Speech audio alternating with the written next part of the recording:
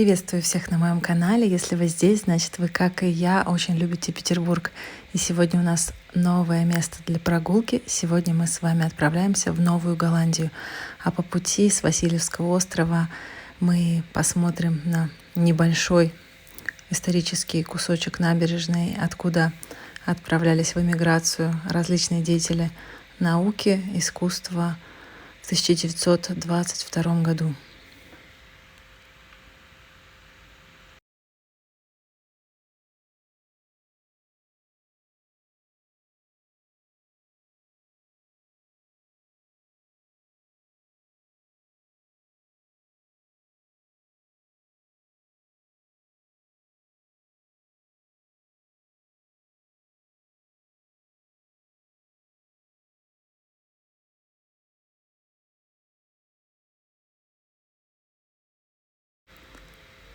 Мы уже приближаемся к Новой Голландии. Сейчас мы видим Николаевский дворец слева от нас. Очень красивое здание. Там сейчас находится концертный зал и площадки для мероприятий. А вот и наш остров Новая Голландия. Прежде чем зайти вовнутрь, мы обойдем его немножечко по кругу, и я буду вам сегодня много всего рассказывать и о современной жизни острова, и о ее истории. Наверное, нет более петровского места, чем Новая Голландия в Санкт-Петербурге. И мне кажется, что где-то здесь витает дух Петра. Но вот не конкретно здесь. Здесь только что были вырублены огромные старинные деревья, потому что ремонтируют бордюр. И, честно говоря, это зрелище меня немножечко расстроило. Но вернемся к позитиву. Главной миссией Петра было прорубить окно в Европу, он это сделал, но надо было строить корабли. Корабли — это было такое же супер новшество, как сейчас искусственный интеллект или нанотехнологии. Это было очень ново и очень революционно, я бы сказала. Но сейчас мы заходим на остров, я буду периодически прерываться и комментировать видеоряд и продолжать рассказывать про историю острова. Параллельно с градостроительством началось создание Северного флота, и в 1704 году на левом берегу Невы были заложены верфь и здание Адмиралтейства. Для удобства строительства кораблей и доставки на верфь материалов и леса на Адмиралтейском острове прорывались каналы. Так появились Крюков и Адмиралтейские каналы, соединившие Неву и Мойку. Образовавшийся остров стали называть Новой Голландией. У острова идеальная треугольная форма, и это, конечно же, не случайно. При строительстве города были использованы мощные масонские символы. Главный из них — треугольник со всевидящим оком посередине. Как раз этим оком является вот этот водоем, который был прорыт в качестве глазика. Треугольник с глазом — это известный масонский символ. Считалось, что если поместить такой знак в нужное место, оно становится местом силы и дает мощнейшую энергию месту. И про Новую Голландию это можно сказать совершенно точно. Вернемся немножечко к современности. Вот я иду по тенистой аллее, мы были в очень жаркий день, и об этом очень хорошо позаботились, создав очень хороший ландшафтный дизайн с возможностью отдыхать в тени. И вообще удивительно, что на таком небольшом острове есть абсолютно все, что нужно и взрослым, и детям, и в дождливую, и в солнечную погоду. Вот, например, стритбол. И сейчас я вам буду показывать, что здесь есть еще. Вот такие груши, всякие стульчики. Мы с Евой нашли одну грушу и решили немножечко отдохнуть. Люди здесь не только отдыхают, но и работают. Очень много людей с ноутбуками. И здесь также есть коворкинг, я его чуть-чуть попозже покажу.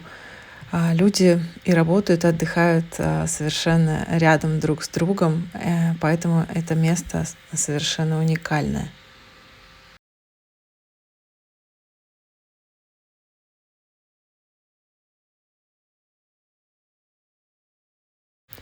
А вот эта чайка является запатентованным символом острова Новая Голландия.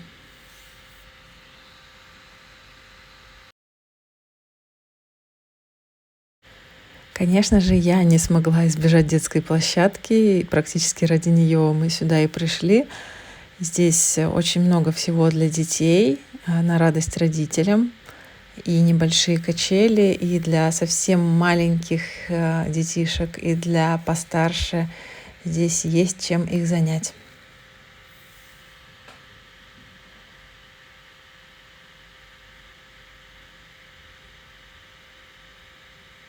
Вот для совсем маленьких есть такие небольшие бизиборды.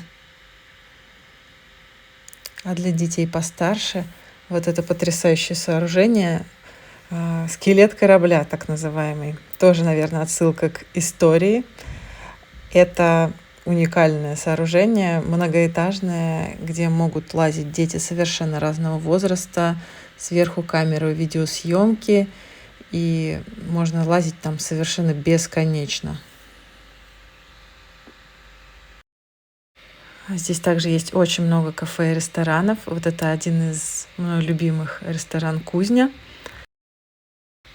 А также здесь есть травяной сад с огромным количеством самых разных растений, и можно ими любоваться бесконечно.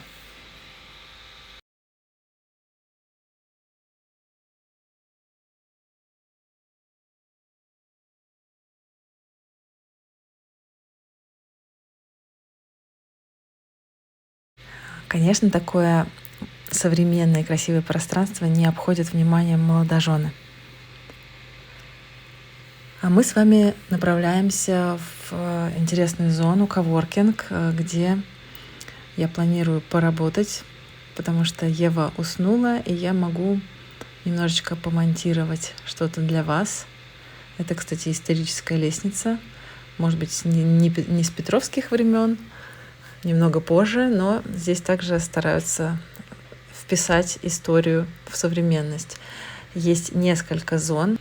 Сначала вы попадаете в гостиную. Здесь уже очень рабочая атмосфера. Все сидят, работают. Здесь можно разговаривать, что-то перекусывать. Дальше идет лекторий. И последняя, самая большая зона — читальный зал с большим количеством книг. Здесь нельзя шуметь.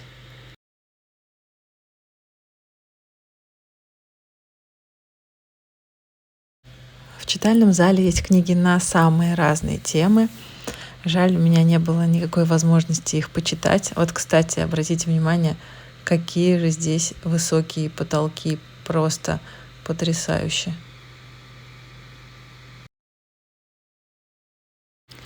Пока немножечко вернемся к истории.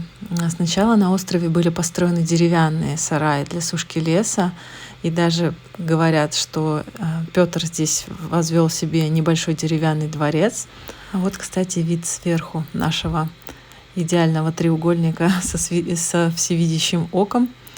Работа здесь всегда кипела, всегда была суета, пахло деревом, и, наверное, работало очень много голландских кораблестроителей.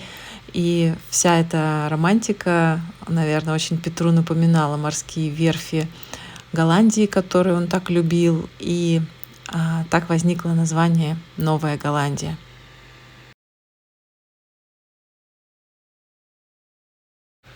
Со стороны реки Мойки в вот этот ковш, так называется, вот этот водоем, который внутри острова построен, заходили баржи, груженные древесиной, лесом, и выгружали содержимое, выходили с острова через другой пролив в Крюков канал. Здесь применялся по тем временам инновационный метод хранения древесины в вертикальном положении, потому что выяснилось, что так лес сохнет гораздо быстрее. А сейчас мы с вами идем в здание «Бутылка». Он так и называется с давних времен. Это здание круглой формы с дыркой внутри. И сейчас здесь расположены на первом этаже кафе-рестораны, на втором магазины. Сейчас мы кое-куда зайдем. На третьем этаже всякие студии. А раньше здесь была тюрьма.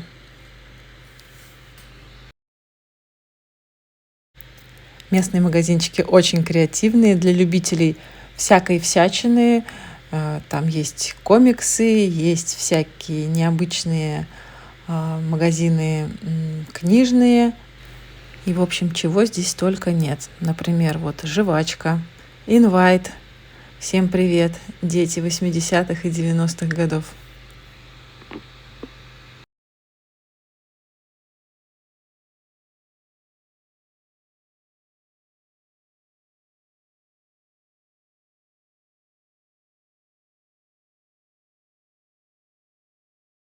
Я не очень люблю шопинг, тем более я себе редко покупаю одежду, но здесь я не могла удержаться и кое-что примерила.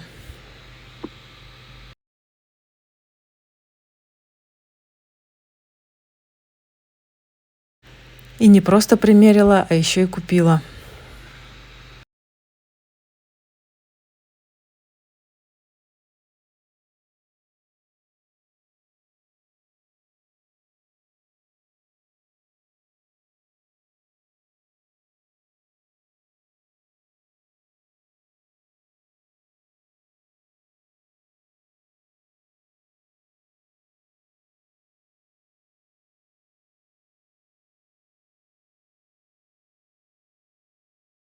Рекомендую зайти в этот Garage Shop. Это книжный магазин с большим количеством всяких уникальных изданий. Можно просто их рассматривать бесконечно, можно сесть и почитать.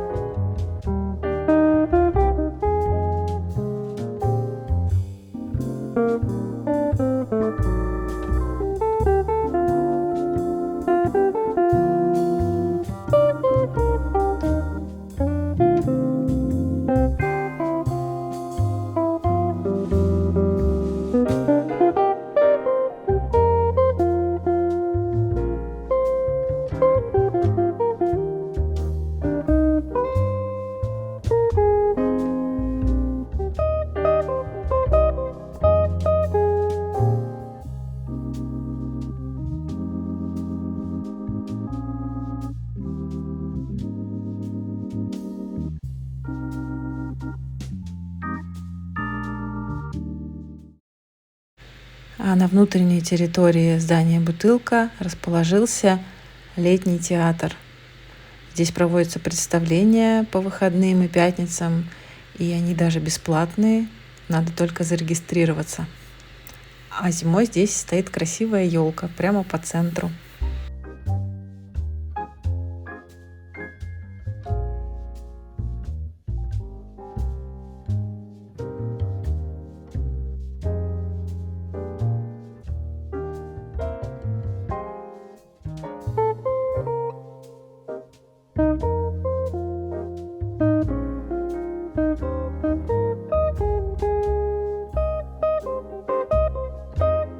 Вечерняя Новая Голландия – это отдельный вид искусства. Здесь собирается еще больше людей, и многие смотрят кино на сцене, вот, которая у нас осталась слева. Кино иногда на английском языке, какой-то старинный артхаус, и вся поляна засеяна людьми.